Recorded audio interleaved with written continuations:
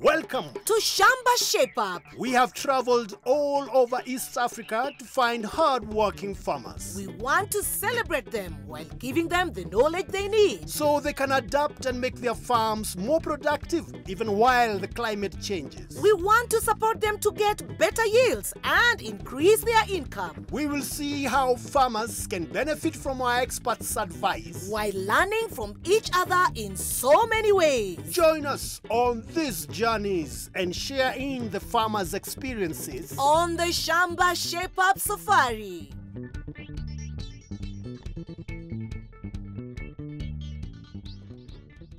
Shamba Shape Up has been to many parts of the region. Kenya, Uganda. Welcome! Shamba Shape Up Uganda!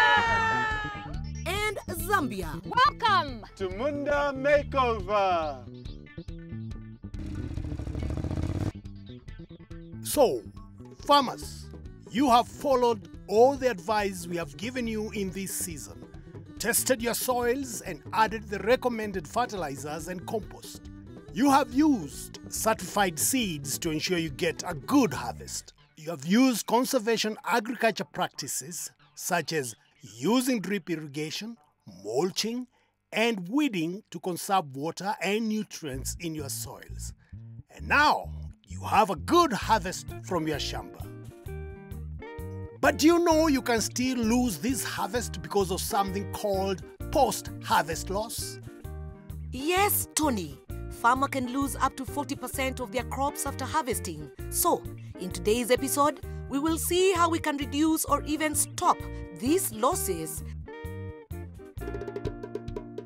So, let's get to it. First, let's join Tony in Makueni. Who are you meeting there, Tony? I'm off to meet our next expert, Rosemary Babu from World Food Program.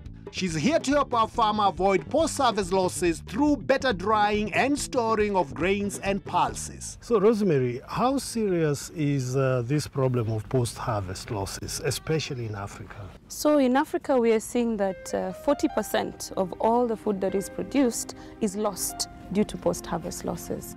And this occurs across the whole supply chain, from the moment the farmers are harvesting it, to transportation, how they dry it, and how they're storing it. And today we are going to focus majorly on storage. Wow, yes. That sounds interesting. I can't wait to meet our expert, Howard. I see he's waiting for us patiently there with our farmer. Let's go meet them. So Rosemary has invited Howard Mogera from AgroZ. He's inspecting the grain store with our farmer Caro. Caro has some bags of green grams all ready for storage. But are they ready to go in? Or does Caro need to make some more improvements to the store first? I can see from the condition of your store that there are a lot of holes on the side, big holes, which means that it is easy for rodents, easy for insects to get in, which means they will eat your crop and lower the quality of your crop. Aha. Yes. So for today, what do you suggest we do to help our farmer Caro? I have seen that she has another store right over there where she has been putting some maize cobs. We can clean that up and demonstrate to her good storage practices. That would be wonderful, and I'm sure Caro would love that, wouldn't you? Okay. Now, you said before storing any grain, it should be dried first. Yes. Caro, how do you dry your grain? Sincerely speaking, Yes. we do not dry our grains. What's the danger of that, Howard? You increase your chances of getting aflatoxin, Yes. which is poisonous.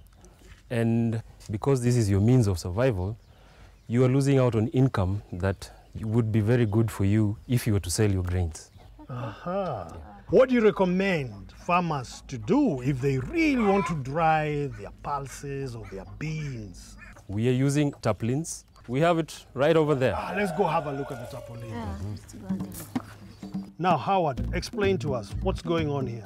This is one of the ways that she should start drying her pulses, and specifically these cowpeas, to get the 14% moisture content that is required. Using a tarpaulin also helps keep dirt and diseases from getting onto the grain and molds like aflatoxin from growing. So after you know that your grain is dry, where do you store it? In our normal bags. Is that correct? So for storage purposes, we have the hermetic bag. And the purpose of the hermetic bag is to control oxygen transmission into the bag to deny the insects any chance of breathing, and therefore they die. Any pest can die off because of suffocation. When the inner bag is correctly tied, it keeps out the air, so any pests already inside will die. And the tough outer bag will stop any new pests from getting in. This way, they can't eat your grain, so no need to use pesticides. Better still, the bag can be reused for up to 3 seasons. But what if you have too much grain and your store is too small? We have here what we call a hermetic silo. This silo takes about 5 to 6 100 kg bags of commodity. It has a tap. When you need to get some grains out, you don't have to open the top, because when you open the top, you're letting in air. You can see that the cover has a rubber seal, so no air will be able to get into the silo. So you cover it well once you put your grain, and then you use this to seal off the air completely. Yes. Whatever insects are within the silo, now that there's no more oxygen coming in, they will die. Wow. Yeah. Very innovative. And are they available? Yes, they're available within Kenya. Good, good. I'll even be more happier when I see the store, how they have worked on it. Let's go have a look.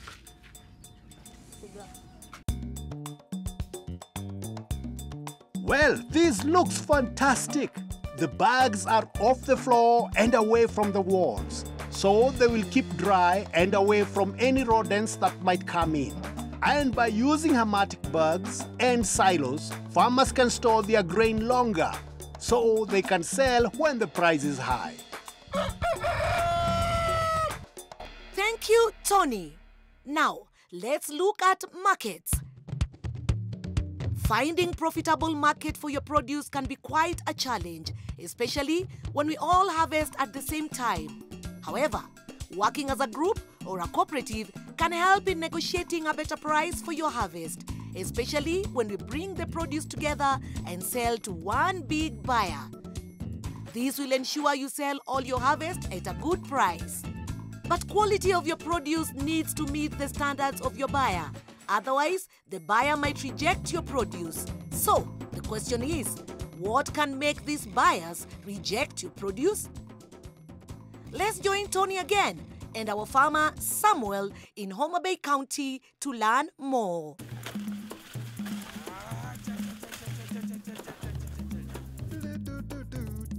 It's harvest time and farmers are bringing their grain to be sold to the local aggregator. And this is Helen Oyare. She needs to be sure the grain she's buying is the best quality. If not, buyers such as breweries will reject it. Our expert for today is Charles Manara, a safety and quality food expert. Good, and here's Helen coming to join us. So, Charles, why is food safety and quality important? The law says that every trader must supply food that is of safe and acceptable quality to consumers in Kenya. So, Helen, sometimes you do reject sorghum from farmers. Yes. What is the main reason that you do that? Most of the time it's cause of molding and when it is not dry enough. Sometimes the grain, when it comes to drying, the farmer maybe just dried it on ground here. They didn't use tarpaulins and all that, so the grain is contaminated with so much dirt and molding. That is how I judge whether or not to take.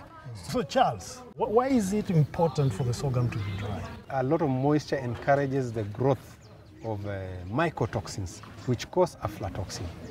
Moisture is also a loss to the trader because the trader wants to buy grains, not the water that comes due to excess moisture. So it's an economic loss if she buys grains with a high amount of moisture.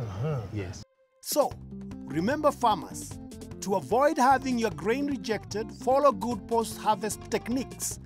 Stook or pile upright crops like maize as you harvest. Then dry thoroughly using a tarpaulin. Use a threshing machine for shelling to get best results. and store using hermetic bags, keeping them away from the floor and the walls. Now, how do we make sure that the grain has been properly dried? The World Food Programme recommends the use of a moisture meter. A moisture meter is very accurate and will show if the moisture content of your grains is fit for public consumption. Generally, grain should not have more than 13.5% of moisture. But be sure to check with your buyer what moisture level they need. So, let's see how it works. You feel it. You are doing this after sampling the way you sampled from the bags, from different places. So you feel it up to that level. Then you put it back on your machine.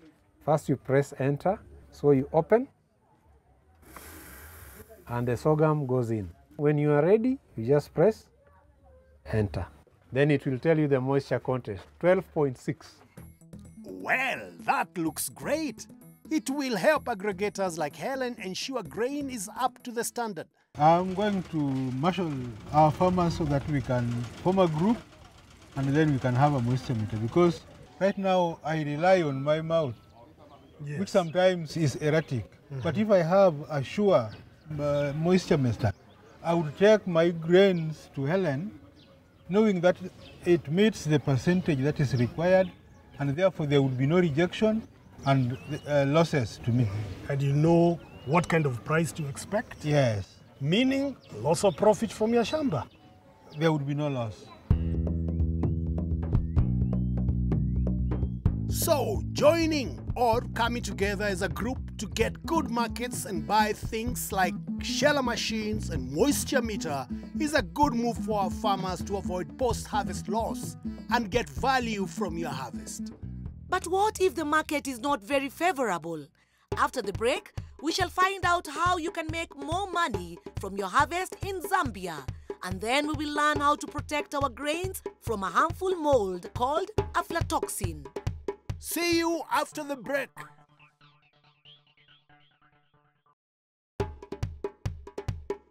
Welcome back. To Shamba Shape Up. In today's episode, we are looking at how to avoid post-harvest loss. We have seen how to properly store your grains in Makueni and selling your grain to an aggregator in Homa Bay County in Kenya. In this part, we will see how to protect our crops from aflatoxin in Uganda. But first, let's join Cozy in Zambia to get some tips about value addition. Finding good market and good prices for farm produce can be challenging. So, what can farmers do to help manage post-harvest losses and be more competitive in the market? I've called on Sipiwe Haninga from Better World Innovations to help our farmers learn more. What do you farm on this property of yours? We grow maize, we grow soybeans, we grow cucumbers and groundnuts. Wow. Where do you sell your produce? We have a market at Mandevu, that's where we sell our products. What do you do with your remaining produce? We preserve using our old methods, traditional methods of preservation. That's what we use, although part of it just goes to waste. Right. Yes. And also for home consumption.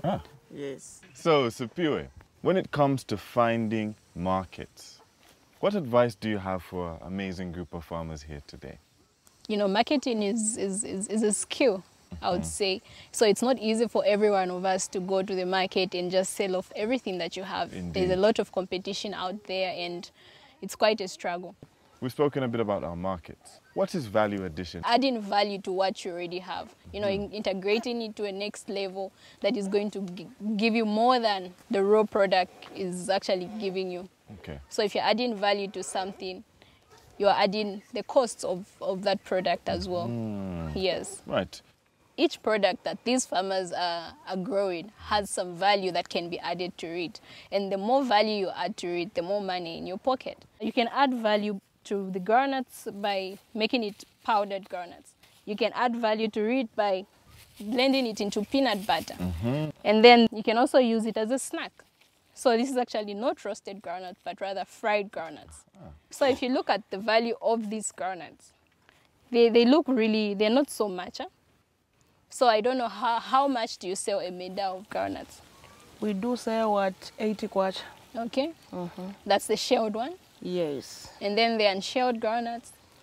20 kwacha. That's the beauty of value addition. Makes sense? Let's break it down.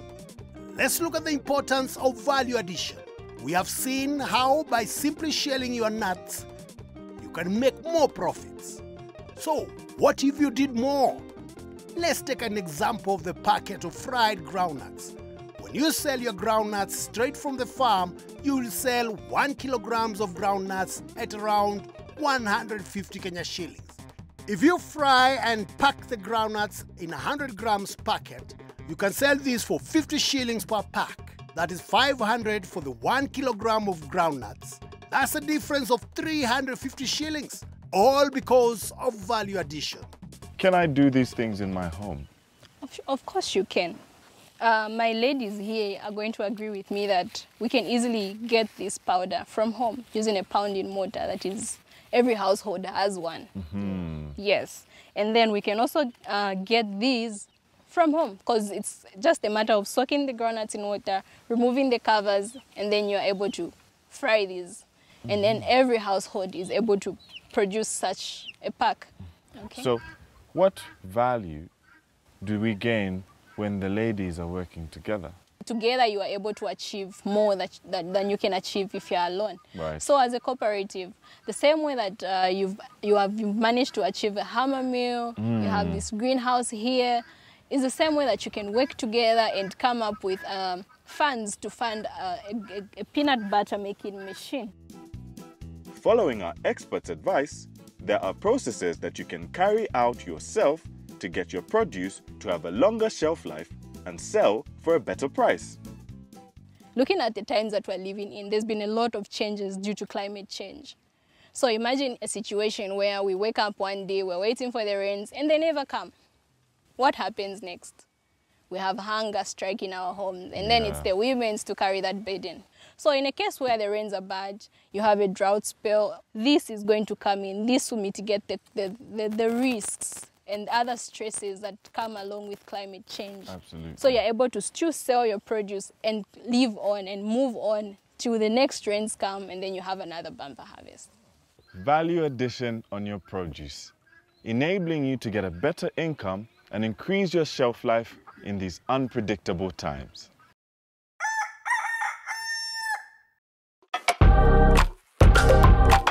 Niaje wase, naitwa Elias and I'm passionate about agriculture. Aje wase, mi naitwa Magi na ukulima ni usanii kwangu. I don't know. Have you heard of Shamba podcast? If not, you can listen to the Shamba podcast for all farming information. Yes, from planting to harvesting and from breeding livestock all the way to the marketing stages. Here is the best part. Unaweza sikiza na mokoro wako, mabeshte zako, from anywhere at any time. Bora uko na tenje na internet iko poa. Yes, and to join us, go to Shamba podcast na ukumbuke Goma moja, episode moja.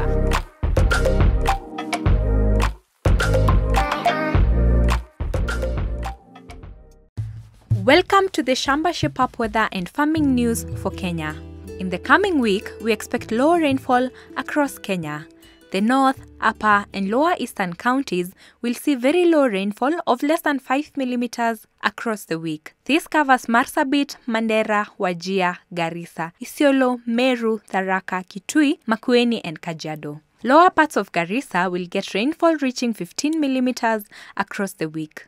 The coastal counties will get low amounts of rainfall reaching 15 millimeters in the week. This includes Lamu, Tana River, Kilifi, Mombasa, Kwale, and Taita Taveta. Central Kenya will as well see very low rainfall, below 5 millimeters across the week. This covers Nyeri, Murang'a, Kirinyaga, Embu, as well as Nairobi and Kiambu. Parts of Laikipia and Nyandarua will have up to 15 millimeters. North, Central and South Rift Valley will get moderate amounts of rainfall of up to 50 millimeters across the week. This includes West Pokot, Uasin Gishu, Marakwet, Nandi to Nakuru. Turkana, Samburu and Narok will see very low rainfall below 5 millimeters. The Western and Nyanza regions expect moderate rainfall of up to 50 millimeters in the week. This includes Bungoma, Busia, Kakamega, Vihiga, Homa Bay, Kisumu, Nyamira and Kisii. For a detailed weather forecast for your area and more farming tips, get in touch with Shamba. Call 0711 082 606. See you next week on the Shamba Shape Up Farming News for Kenya. Thank you, Brenda. Now, let's join Frob in Uganda as he deals with a true menace when it comes to post-harvest. Poor storage exposes our harvested maize to pests, rodents, moisture, and the buildup of aflatoxin, which affects the quality. But what if we can solve that problem in the garden? Today we are in Omokatsi village in Embere Parish, Chiruhura district, and we are visiting Nwagaba Henry and his 2 children. I've got a problem of maize whereby they get rotten in the plantation. So the time of harvesting, you find others are okay, others are not fine. It has also reduced my maize, what I'm supposed to harvest in the garden. We are meeting Semalulu Frank from IITA to show us how to put a stop to it. So this is the problem that I was talking about. Okay. Yes.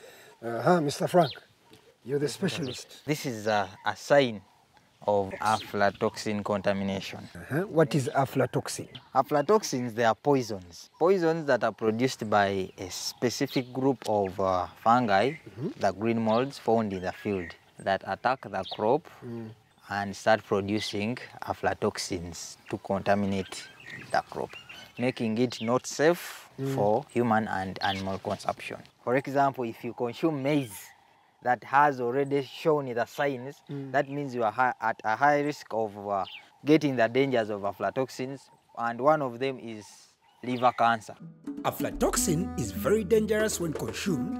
It can cause cancer, and farmers in Uganda make losses every year because of it. Aflatoxins are known for causing stunted growth in children, and then immunosuppression, reducing the ability of the body to fight against diseases. Another danger is that it can cause death. Yes. So these aflatoxins are really dangerous because they cannot be removed from food by cooking. So you cannot say that since I'm going to boil the food, I'm going to fry, then I will get rid of these aflatoxins. No, they are heat stable. That once the food is contaminated, it is fully contaminated. Oftentimes, if, for example, maize is not having that right color, we opt to give it to animals. Yes. It is not good. Reason being that these animals, when they are fed on feeds that are already contaminated, the aflatoxins can manifest in their product. For example, eggs. That means if you give chicken food that is already contaminated, the aflatoxins will appear in eggs and you suffer the consequences. How is it spread? When the green molds found in the field from the soil attack the crop, spread by wind in that process as it grows. Yes. So from planting up to when the crop is ready for harvesting, all that period is a gestation period, I should call it, that the green molds use to spread within the crop. So by the time you reach harvesting, the crop is already affected by these green molds that produce the aflatoxins. Does it only affect maize or other crops? It affects other crops. For example, sorghum, groundnuts, simsim. Mr. Frank, like you said, it does not begin from here after harvesting and whatsoever. You said it begins from the garden. From the garden. How can I prevent it from the garden? We have a solution that is going to help us fight these aflatoxin producers right from the field, and that is Aflasafe. Aflasafe? Yeah, Aflasafe. So Aflasafe has been made to fight against the aflatoxin producers in field. It is a biocontrol consisting of sorghum that has been roasted not to germinate, and then the color, this food color or the dye, containing the biological agent coated along or on these sorghum seeds, acting as a carrier, and then this fungicide can be applied in the field of maize, of sorghum, of peanuts, or any other crop that is susceptible to aflatoxin contamination. So how do you apply the Aflasafe in the garden? We apply Aflasafe in the garden by broadcasting. You reach the garden having the crop at a stage of 2 to 3 weeks before flowering, and then broadcast these sorghum seeds are coated with the agent. Right. So when we apply this Aflasafe in the garden, these agents that we coated are going to spread all over the field, denying a chance of the bad ones coming out from the soil to come and infest our crop. It is always a good practice that when you spot out these already affected maize, sort them out. Don't mix the ones that are already affected with the clean ones. Because these affected ones or the discolored ones, they are acting as sources of contamination. That these bad fungi would live and then affect the clean ones. So that's why it is good to sort them out. For best results, also always follow good agronomic practices. Hey, Rob, how did it go? I'm happy that with Aflasafe, Henry is going to have toxic-free maize. I'm feeling so good about this. This is the start of a prosperous farming journey. Thank you, Frob and Agi. For more information on where to get Aflasafe as you go into the next planting season, please get in touch with Shamba on 0711 082 606. Join us next week as we learn how else we can make the most from our Shambas right here on Shamba Shape Up.